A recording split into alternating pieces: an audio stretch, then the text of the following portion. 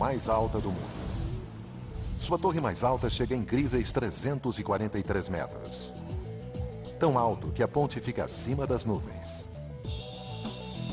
É uma mega estrutura. Diziam ser impossível a sua construção. A primeira vez que apresentei o projeto da ponte, todos acharam que eu fosse louco. A equipe que tentou construir essa impressionante via expressa no céu teve que sobreviver a deslizamentos de terra, lutar contra ventos de incríveis 130 km por hora e violentas tempestades enquanto a ponte simplesmente se equilibrava no ar. Esta é uma ponte que levou as fronteiras da engenharia ao limite e além.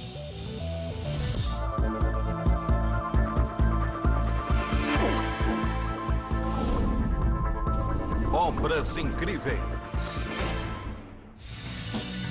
Ponte Millau.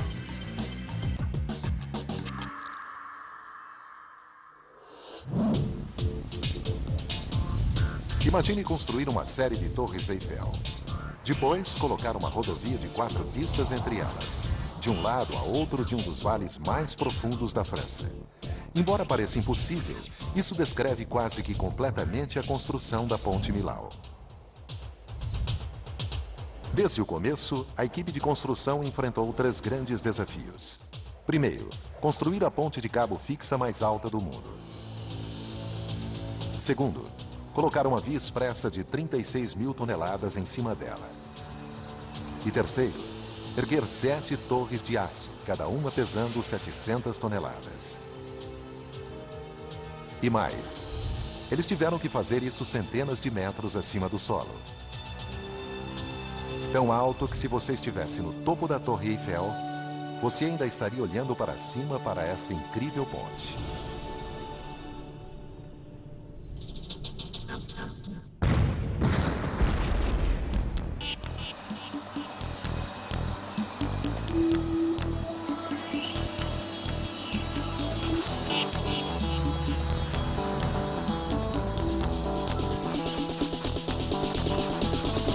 Outubro de 2001.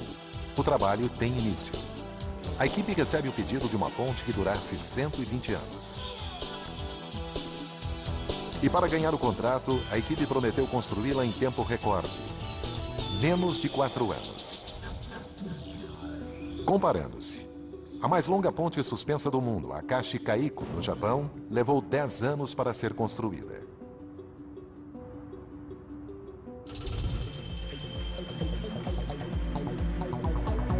Qualquer atraso na obra lhes custará $30 mil por dia em penalidades. Há 7 pilares, partindo do extremo norte do vale. O primeiro causará problemas por causa da inclinação tão íngreme onde ficará. O segundo será o maior desafio por ser o mais alto. Cruzando o rio, o terceiro não será tão mais curto. E depois o quarto, quinto, sexto e sétimo ficarão em uma inclinação mais leve ao sul.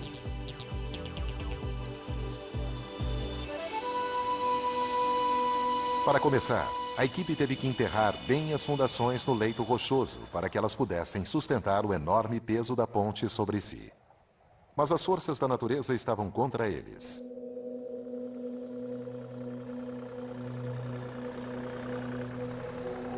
Os geólogos advertiram sobre os riscos impostos pelo calcário quebradiço da região. As rochas são cheias de cavidades, cavidades essenciais à economia local, cuja base é o queijo. As cavernas próximas a Millau são o lar de uma bactéria rara e singular responsável pelo bolor azulado presente no mundialmente famoso queijo Roquefort. Mas o que é perfeito para o queijo poderá ser desastroso para uma mega estrutura. O diagnóstico dos geólogos alertava sobre uma coisa: deslizamentos de terra. Esse tipo de catástrofe poderia comprometer todo o projeto. Apesar dos avisos, a construção seguiu em frente como planejado.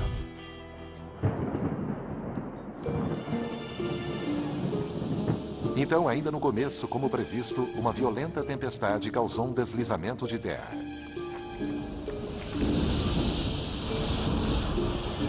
4.000 metros cúbicos de rocha desmoronaram ao redor do pilar número 1. Felizmente, a queda das rochas não o danificou. Mas o aviso era claro. Eles foram forçados a desviar a mão de obra e o equipamento para estabilizar o morro e evitar que outro deslizamento ocorresse. Mas se a área estava propensa a deslizamentos, por que construir a ponte mais alta de todas justamente aqui? A resposta é simples. Nos anos 80, a França construiu uma via expressa ligando Paris diretamente à Espanha. Esta artéria principal levava ao sul do país, cruzando o interior da França. Do Mediterrâneo, a via expressa ia em direção ao norte, até ambas atingirem um dos vales mais profundos da França.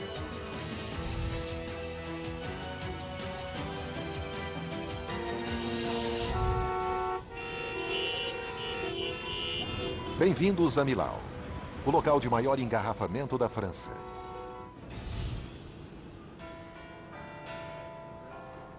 A cidade de Millau está na região montanhosa de Massif Central, uma das partes mais tranquilas do país. Mas no verão, essa pobre cidadezinha medieval sofria com o tráfego.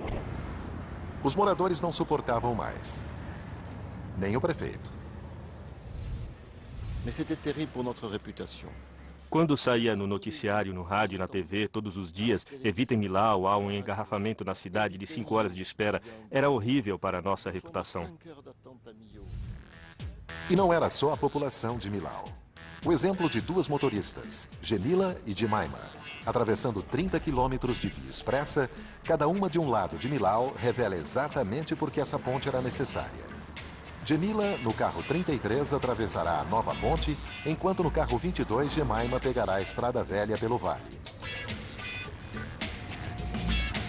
Percorrendo a via expressa, o carro 33 se aproxima da ponte de Millau depois de apenas 18 minutos. O único atraso é o dos 30 segundos perdidos no pedágio. A 100 km por hora, sobre a espetacular ponte, essa motorista leva apenas 32 minutos para chegar do outro lado. Enquanto isso, o carro 22 está apenas começando a atravessar as ruas medievais de Millau. Os ciclistas, pedestres, pessoas com cães, tudo precisa ser evitado. Depois, o carro 22 ainda terá que cruzar a longa estrada para chegar ao outro lado do vale. O tempo total ficou em 1 hora e 35 minutos. Quer dizer, mais de 1 hora do tempo que Gemila levou atravessando a via expressa e a ponte. Está claro porque a ponte era necessária. Mas o governo francês levou muito tempo para decidir construí-la. 12 anos antes de a construção começar em Paris, o ministro do Transporte imaginou uma solução. O responsável pela construção da ponte, Michel Verloger, não é um engenheiro comum. Ele é um homem que pensa grande, muito grande. Haja vista seu projeto, a Ponte da Normandia, no norte da França, a mais longa envergadura sustentada a cabos do mundo. Depois do término dessa estrutura que quebrou recordes, Verloger passou ao seu próximo projeto, Millau. Seu novo plano era outra ponte sustentada a cabos, mas levando a tecnologia além de qualquer coisa antes tentada, com pilares 4 vezes mais altos que a Ponte da Normandia.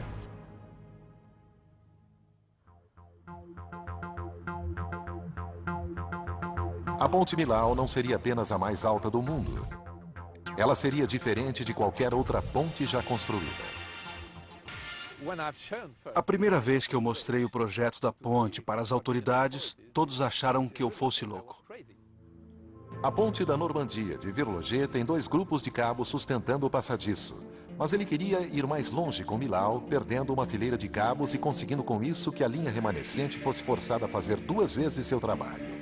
E o mais dramático, em vez de uma única envergadura principal, os 2,5 km da Ponte Millau precisariam de uma série completa de pilares para sustentá-los por sobre o vale. Ninguém nunca tinha tentado construir uma ponte de envergadura múltipla sustentada por uma única linha de cabos nessa escala antes. As autoridades francesas tinham um problema.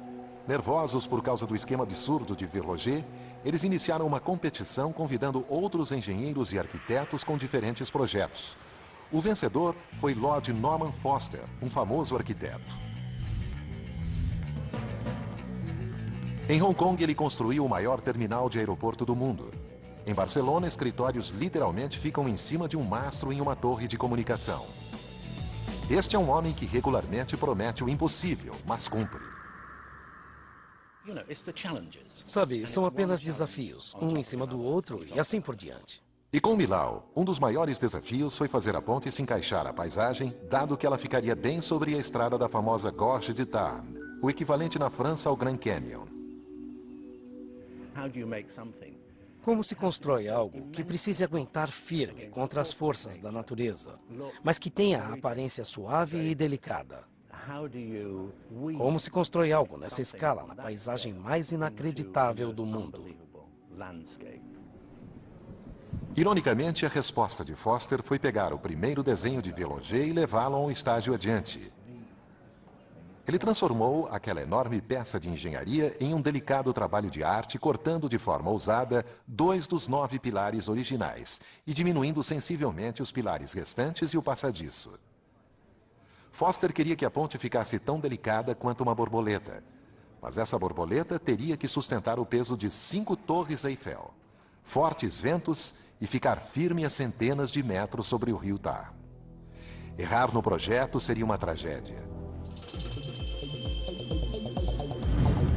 Dezembro de 2001. A Ponte Millau, na França, a ponte mais alta do mundo, está sendo construída. Tudo no projeto é exagerado.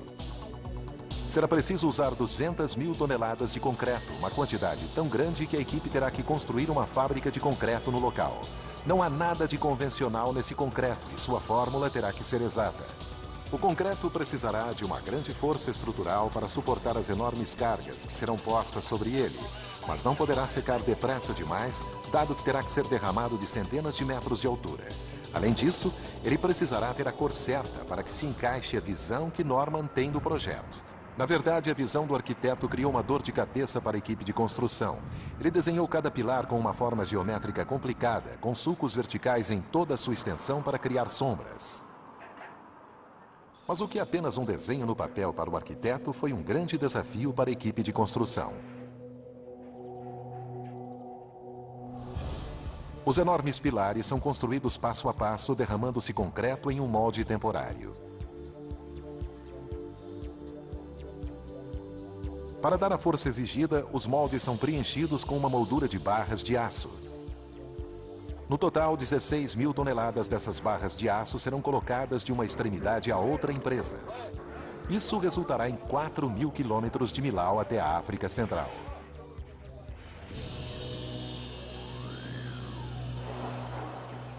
A forma de cada pilar é seriamente complicada. E como resultado, cada vez que as seções de aço são removidas, a equipe precisa mudar o formato do molde para cumprir o perfil da próxima seção de 4 metros. Manusear esses painéis de aço pesando até 15 toneladas não é fácil. E com a altura combinada dos 7 pilares totalizando bem mais de 1 quilômetro, a equipe precisa mudar a forma do molde mais de 250 vezes.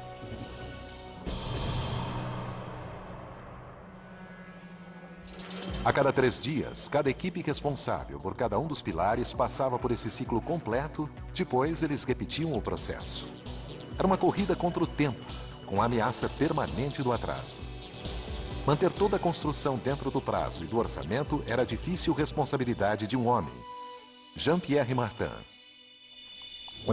Imagine se em vez de 3 dias tivéssemos levado 4. Multiplique pelo número de moldes e acabaríamos com um atraso de 6 meses. Com uma penalidade de quase $1 milhão por mês, isso era algo que Martin nem quis considerar. Esse prazo não era sua única dor de cabeça.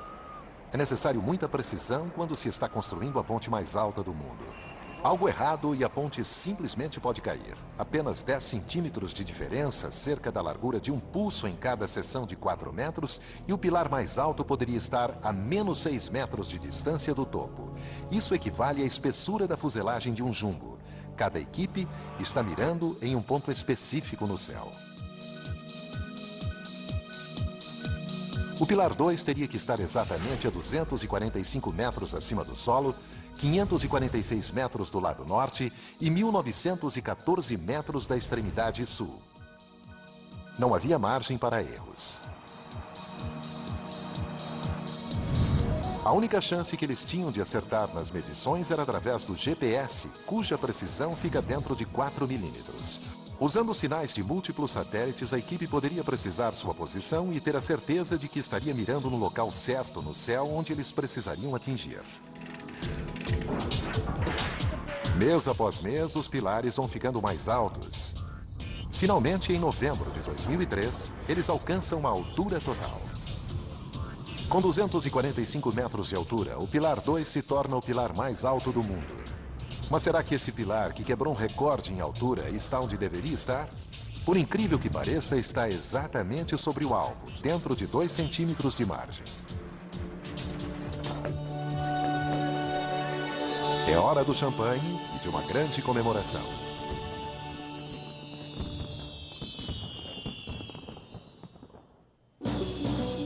Contra todas as previsões, eles estavam um mês à frente do prazo, mas a equipe não podia se dar ao luxo de relaxar. O próximo estágio do projeto seria a parte mais difícil de ser construída.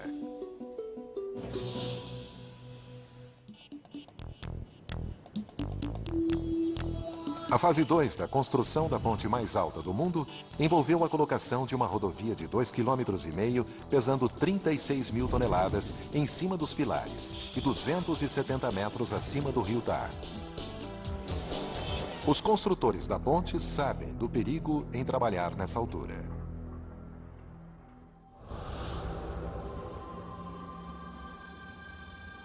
Mais de 34 pessoas morreram construindo a ponte do Brooklyn, em Nova York. Outras 35 morreram em 1970 na ponte Westgate, em Melbourne, na Austrália. E um ano depois, 13 trabalhadores morreram quando a ponte de Koblenz, na Alemanha, caiu no Reno.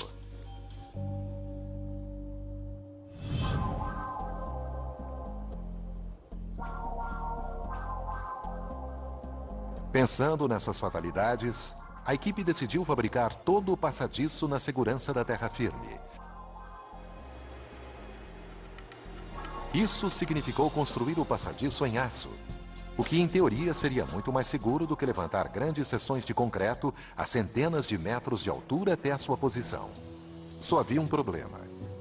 Ninguém nunca tinha colocado o passadiço de uma estrada sobre pilares a essa altura, muito menos com mais de 2,5 km de comprimento.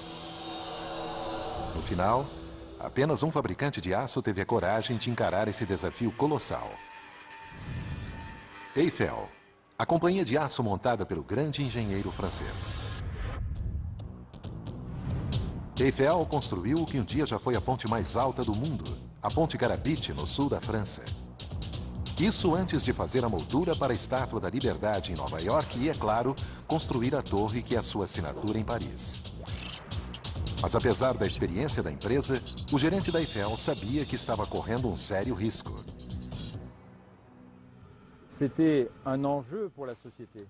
Foi um risco para a companhia porque se houvesse um erro, se algo não desse certo, seria o nome da companhia em jogo.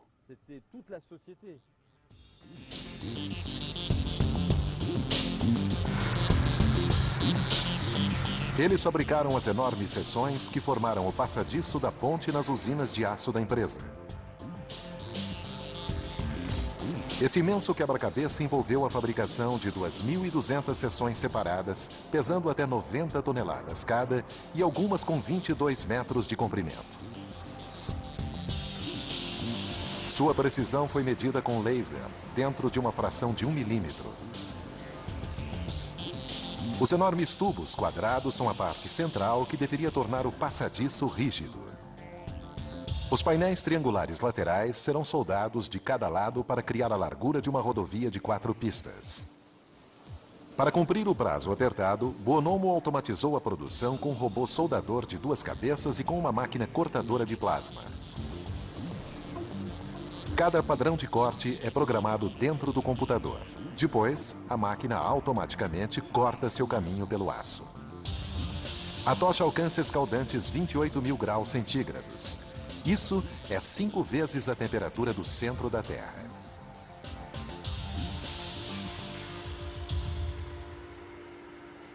Os cortes e as soldas foram a parte mais fácil. O mais difícil foi levar essas seções monstro a quilômetros de distância até Millau. O caminho teve que ser planejado com precisão para evitar grandes danos. A polícia coordenou a segurança e abriu espaços. Mesmo com esse nível de preparação, parecia que alguns obstáculos estavam perto demais. Esse evento nunca tinha sido visto antes. Para construir a ponte foram precisos mais de 2.000 extraordinários comboios.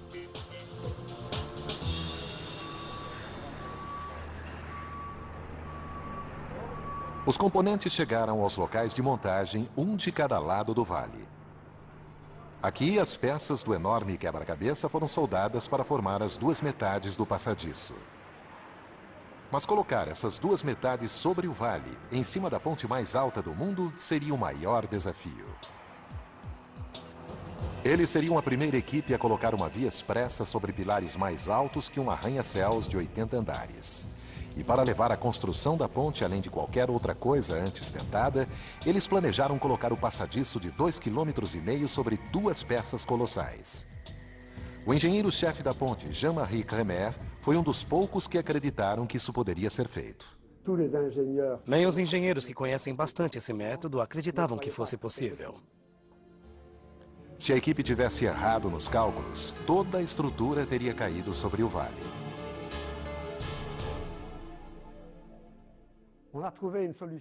Encontramos uma solução para a construção, que foi colocar uma ponte de ambos os lados, uma parte no Planalto Larzac e uma no Planalto Rouge, e depois empurrá-las para fazer com que se encontrassem aqui, sobre o rio Tarn.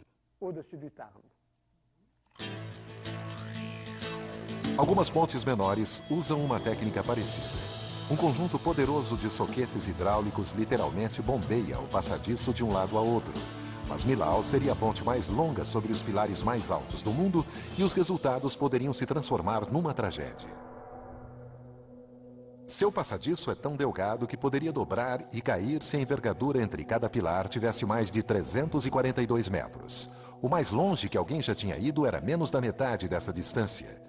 A primeira parte da solução foi simples. Encaixar um pilar de modo que seus cabos sustentassem a parte da frente do passadiço à medida que ele fosse sendo posto sobre o vale. Depois, seria a vez de construir torres de aço de sustentação provisórias que reduzissem a envergadura até 171 metros, uma distância mais fácil de se lidar. Essas torres de aço por si só já foram um feito da construção civil. A maior, a 170 metros de altura, é a mais alta já construída, e elas precisavam carregar uma enorme carga. 7.000 toneladas, à medida que a borda principal do passadiço e o primeiro pilar de 90 metros deslizassem para a lateral. Empurrar simplesmente esse peso enorme sobre a parte de cima dos vulneráveis pilares poderia fazê-los cair e se esmagar contra o chão. Este seria o cenário de um pesadelo. Se fizéssemos um lançamento convencional, correríamos o risco de derrubar os pilares como os pinos num jogo de boliche.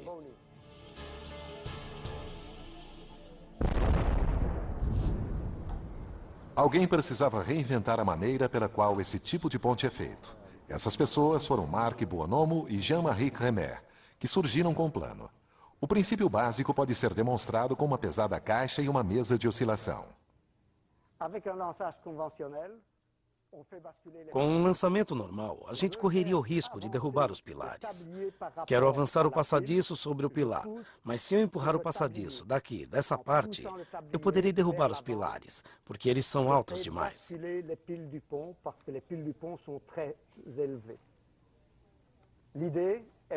A ideia é instalar um sistema de lançamento em cima do pilar. E dessa maneira, se eu empurrar o passadiço, ele não terá efeito sobre a estabilidade dos pilares. E eles não cairão. O truque foi usar uma série de sistemas de lançamento para levantar o passadiço e levá-lo para frente. Cada sistema usa 2 blocos com bordas moldados sob cada lado do passadiço. A borda superior é levada para frente por um soquete hidráulico. Ela escorrega para cima da borda mais baixa, ao mesmo tempo levantando o passadiço de seus apoios e fazendo com que ele avance 600 milímetros. A borda mais baixa então retrai, deixando o passadiço em cima de seus apoios. A borda superior retorna à sua posição original e todo o ciclo recomeça. 4 desses equipamentos inteligentes são colocados em cada pilar, todos programados para funcionar exatamente ao mesmo tempo. O resultado é que juntos eles levantam toda a estrada e levam-na para frente, mas se um deles cair, ou for mais depressa ou devagar que os outros, poderá causar uma tragédia. A força poderá ir separando os pilares da ponte até que eles caiam.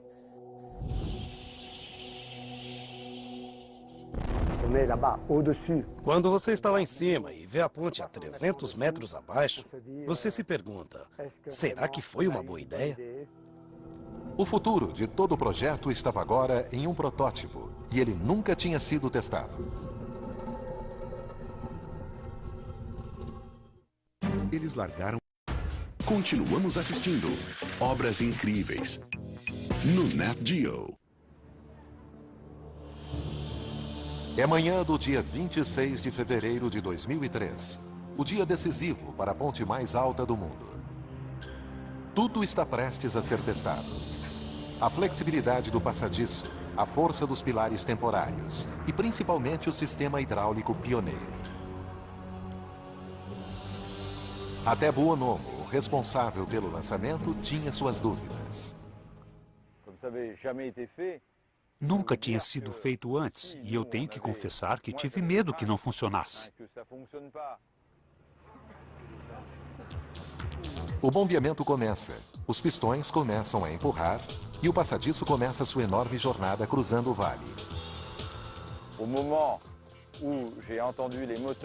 Quando ouvi dizerem que os motores estavam funcionando, pus meu dedo no passadiço e senti ele se mover.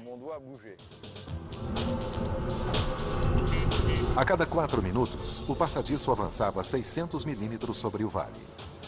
Seu progresso foi acompanhado, mas ainda havia uma grande preocupação no ar, à medida em que a equipe observava o passadiço sem apoio nenhum atravessando o vazio.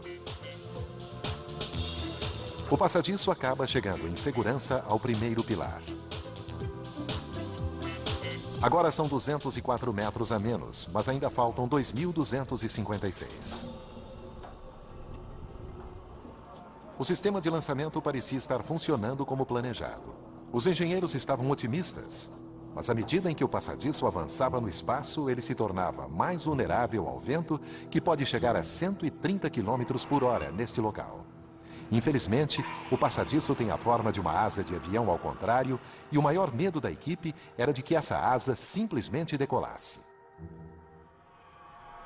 Os engenheiros mantêm a atenção no vento e nas condições do tempo. Eles só ficam satisfeitos quando, em um período de tempo de 3 dias, o vento não passa de 85 km por hora. Aí sim eles dão um sinal verde para a equipe ir em frente e o lançamento do passadiço pode continuar. A razão para essa precaução é simples. Ventos fortes podem literalmente rasgar a ponte ao meio. Em 1940, o estado de Washington construiu uma ponte suspensa cruzando o estreito de Tacoma, no noroeste dos Estados Unidos. Ela foi inaugurada com uma grande cerimônia no dia 1º de julho. Mas as comemorações não duraram muito. A ponte tinha um grande problema: o vento. As vigas embaixo do passadiço, projetadas para enrijecer a ponte, na verdade bloquearam o vento, fazendo a rodovia balançar de maneira alarmante. Os moradores logo a apelidaram de Galloping Gantry, Gertrudes Galopante. No dia 7 de novembro, com ventos a menos de 70 km por hora, a ponte começa a balançar violentamente. Às 11 horas da manhã, a vida da Gertrudes Galopante acaba. O vento faz a ponte cair no rio. Testes em túneis aerodinâmicos agora são um procedimento padrão em consequência do que aconteceu àquela ponte.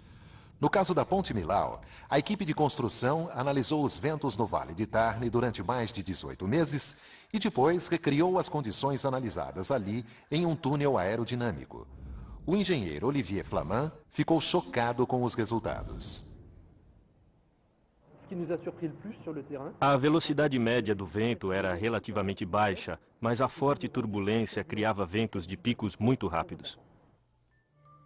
O terreno acidentado no local cria uma séria turbulência na altura do passadiço. Os ventos chegam a 130 km por hora. Isso é a força de um furacão. A equipe testou cada aspecto da ponte para analisar os riscos. Pilares, estrutura e principalmente o passadiço. Mas o problema não era só a aerodinâmica da ponte terminada. Eles precisavam descobrir como ela iria se comportar quando estivesse sob o risco máximo durante o lançamento do passadiço. Olivier e sua equipe chegaram a uma preocupante conclusão. A de que os ventos que eles haviam medido eram fortes o suficiente para arrancar o passadiço de seu apoio e mandá-lo a centenas de metros abaixo no solo do vale. E o pesadelo teve início. No dia 22 de agosto de 2003, a 6 meses do lançamento do passadiço, um dos sistemas de lançamento falhou, deixando o passadiço balançando ao vento.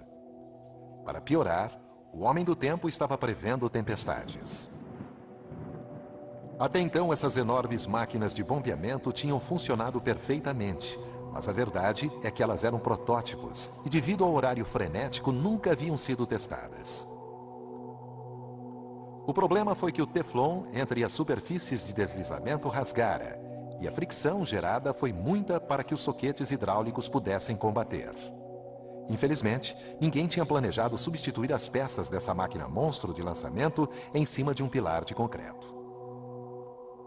Isso foi uma péssima notícia para o homem que apostou sua reputação nesse sistema. Foi o máximo de estresse, como o gosto de um veneno na boca. E isso a gente não esquece. Reexaminando seus cálculos, a equipe percebeu a causa do problema. Eles haviam subestimado as forças entre as superfícies deslizantes, mas não iriam conseguir consertá-las sem as peças de reposição necessárias. O relógio estava andando e Marc Buonomo precisava de uma solução depressa. Quando o Apollo 13 voltou com aquele incidente, os engenheiros da NASA exigiram que fosse feita uma investigação de tudo o que estava a bordo, para saber como reparar futuros problemas. A equipe de Millau fez uma investigação. Eles descobriram que outras máquinas de lançamento que ainda não estavam sendo usadas poderiam fornecer as novas superfícies de teflon de que eles precisavam. Trabalhando a noite toda, a equipe estendeu a plataforma de acesso. Isso lhes permitiu tirar 5 metros de comprimento, 2 toneladas de bordas de aço, substituir o teflon e remontar a máquina de lançamento. Às 8 da manhã seguinte, ela estava pronta para recomeçar o lançamento. O resto da semana, as tempestades previstas chegaram e outro conjunto de máquinas de lançamento se foi. Quando o passadiço finalmente chegou em segurança ao próximo pilar, a equipe respirou com grande alívio. Foram 4 horas de pânico. E eu nunca vou esquecer disso. Os 2 passadiços continuaram sua jornada através do vale. Dia após dia, semana após semana, durante 14 meses, eles se aproximavam um do outro, milímetro por milímetro. Em maio de 2004, eles alcançaram a fase crítica. Da extremidade norte, o passadiço mais curto tinha viajado 717 metros para alcançar sua posição final. Do sul, o passadiço mais longo havia se estendido 1,5 km a mais. Apenas a seção sobre o rio os separava, o único ponto onde era impossível erguer um pilar temporário. Mas será que os passadiços iriam se encontrar como planejado? Se os cálculos estivessem errados, eles teriam construído o maior elefante branco da Europa. Até o homem por trás do projeto estava em dúvida. Eu não estava completamente convencido de que as 2 metades do passadiço iriam se unir em perfeita geometria. As probabilidades estavam contra eles. Fazer um cálculo tão preciso era uma tarefa hercúlea.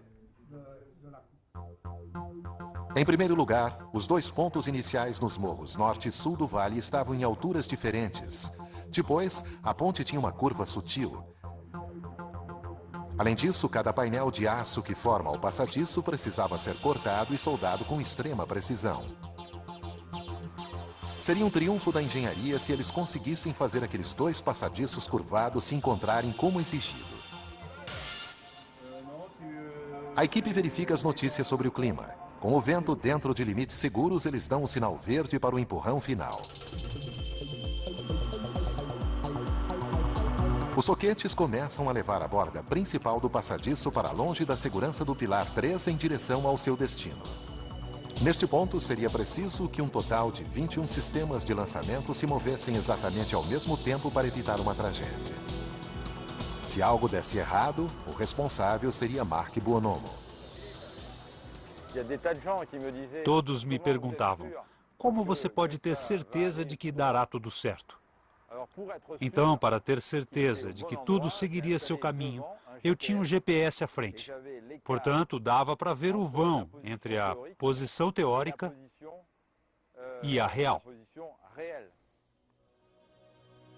Nos 2 dias e noites seguintes, o passadiço avançou 600 milímetros de cada vez em direção à sua posição final. A mídia mundial estava assistindo ao crítico encontro dos passadiços e, para aumentar a pressão, o primeiro-ministro francês deveria chegar para comemorar o evento.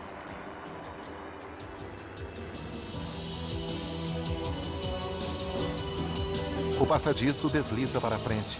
Agora as seções estão separadas por alguns centímetros somente e uma garrafa de champanhe espera entre elas para marcar o grande momento.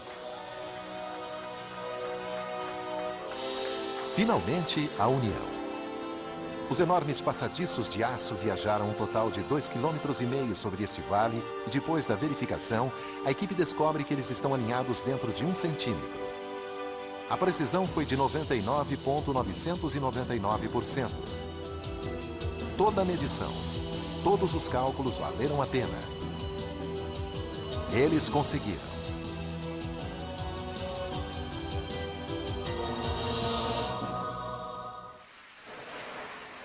Os passadiços se juntaram e a equipe alcançou o último estágio do projeto. Mas ainda havia uma corrida para cumprir o prazo e seus problemas ainda não haviam terminado.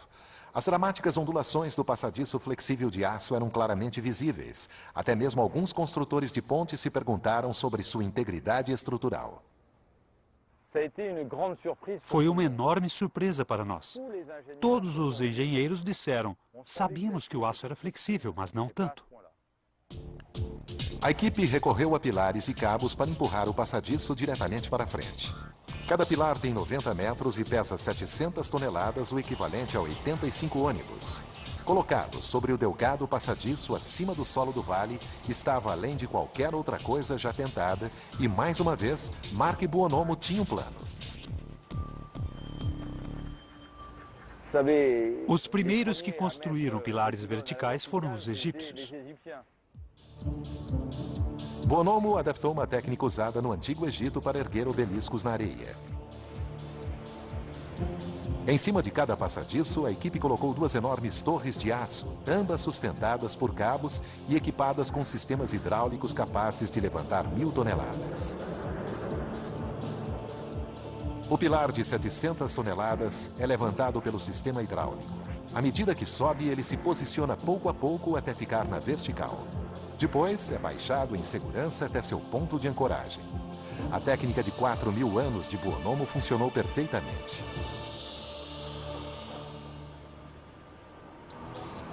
Com os 7 pilares no lugar, a equipe já pode ligar os cabos que vão fortalecer o passadiço e dar a ele a força para suportar o peso do tráfego pesado. É o que eles esperam. O peso da rodovia é agora de 40.000 toneladas. O equivalente a um navio de cruzeiro. E os 154 cabos deverão evitar que ele caia. Os cabos mais fortes são feitos de 91 feixes individuais de aço e têm uma força de quebra de 15.000 toneladas, fortes o suficiente para segurar 25 jumbos, todos a empuxo total.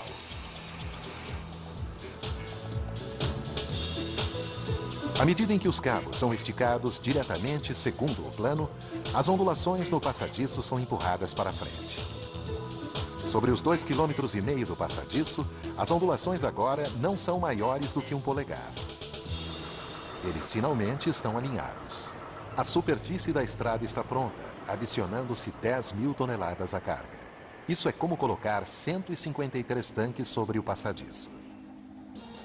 Porém, antes que a ponte possa ser aberta ao público, a equipe precisará saber se ela é segura. Por isso, ela terá que passar por um teste essencial.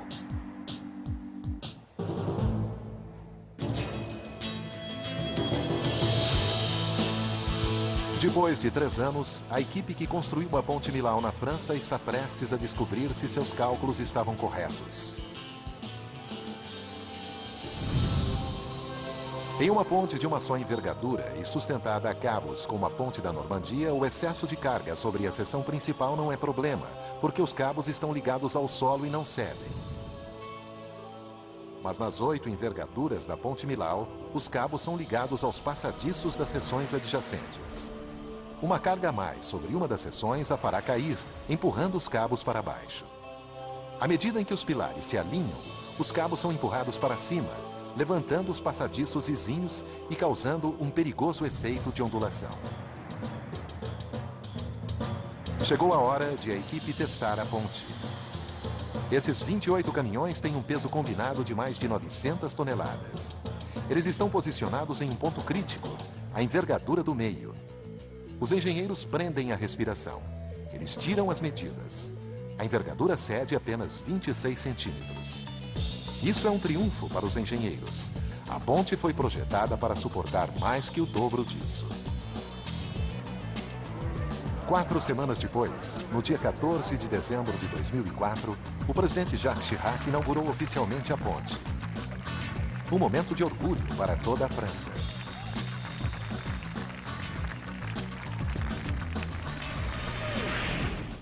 Em novembro, no Nat Geo. Pouco mais de 3 anos de construção produziram a ponte mais alta do mundo, projetada para durar no mínimo 120 anos. E contra todas as probabilidades, o gerente do projeto conseguiu terminar o trabalho a tempo, mas não foi esse o seu maior motivo de orgulho. O que me deixa feliz é que não tivemos nenhum acidente sério, somente alguns ferimentos leves. E sabemos que em locais de construção, acidentes sempre acontecem.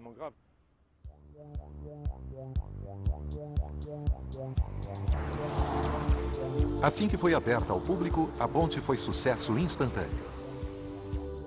Mas o verdadeiro teste não aconteceria antes do primeiro verão, quando os franceses tinham suas férias anuais. Ninguém esperava nada como aquilo. Os números excediam a 50 mil veículos por dia. A mais de $7 por carro, essa foi uma ótima notícia para a companhia de construção que arrecadou de volta seus 478 milhões de dólares de investimento no projeto. Foi uma construção épica. Mas o mais difícil é mantê-la. Thierry e Franck estão encarregados do P2, o pilar mais alto da ponte. Essa estrutura não é feita de blocos sólidos de concreto, mas sim de uma série de espaços ocos. Seu trabalho é testar os sistemas de comunicação e circuitos elétricos de cada um dos 7 solos estruturais. Isso envolve uma escalada de 343 metros subindo degrau por degrau o resto do dia. Ao entardecer, quando Thierry finalmente alcançar o pico do pilar, ele poderá estar exausto, mas haverá um prêmio. Daqui se tem uma vista fantástica. Um panorama de 360 graus.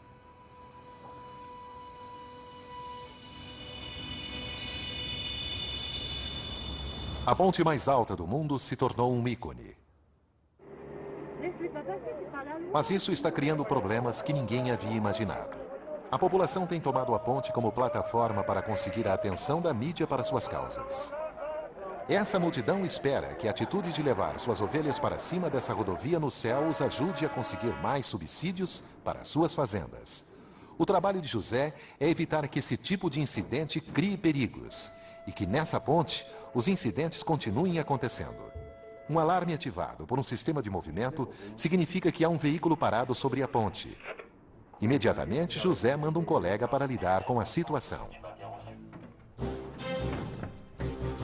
A última coisa que alguém quer é um engarrafamento de 2,5 km em uma ponte no céu.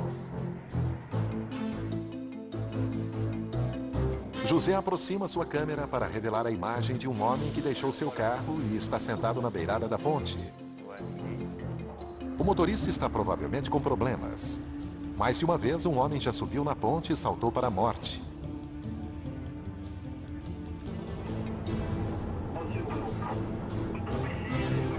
intervém. Bom dia. Bom dia. Felizmente, trata-se de um fotógrafo irresponsável. Poderíamos dizer que a Ponte Millau é uma vítima de seu próprio sucesso. Ela definitivamente tornou-se uma grande atração turística, tendo recebido 700 mil visitantes nos primeiros 9 meses.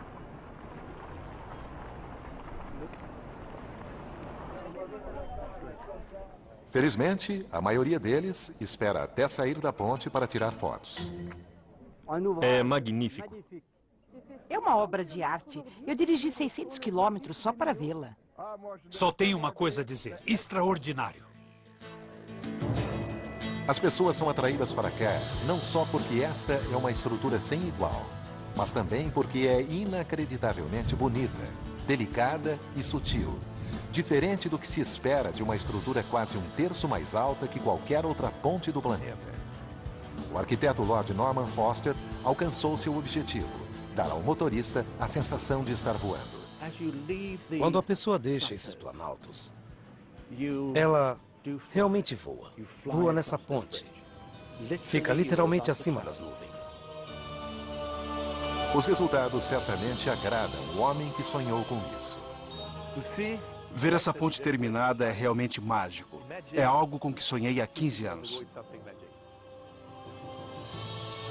Essa é a ponte sustentada a cabos mais longa do mundo. A rodovia mais alta do mundo e, claro, a 343 metros de altura, a ponte mais alta já construída.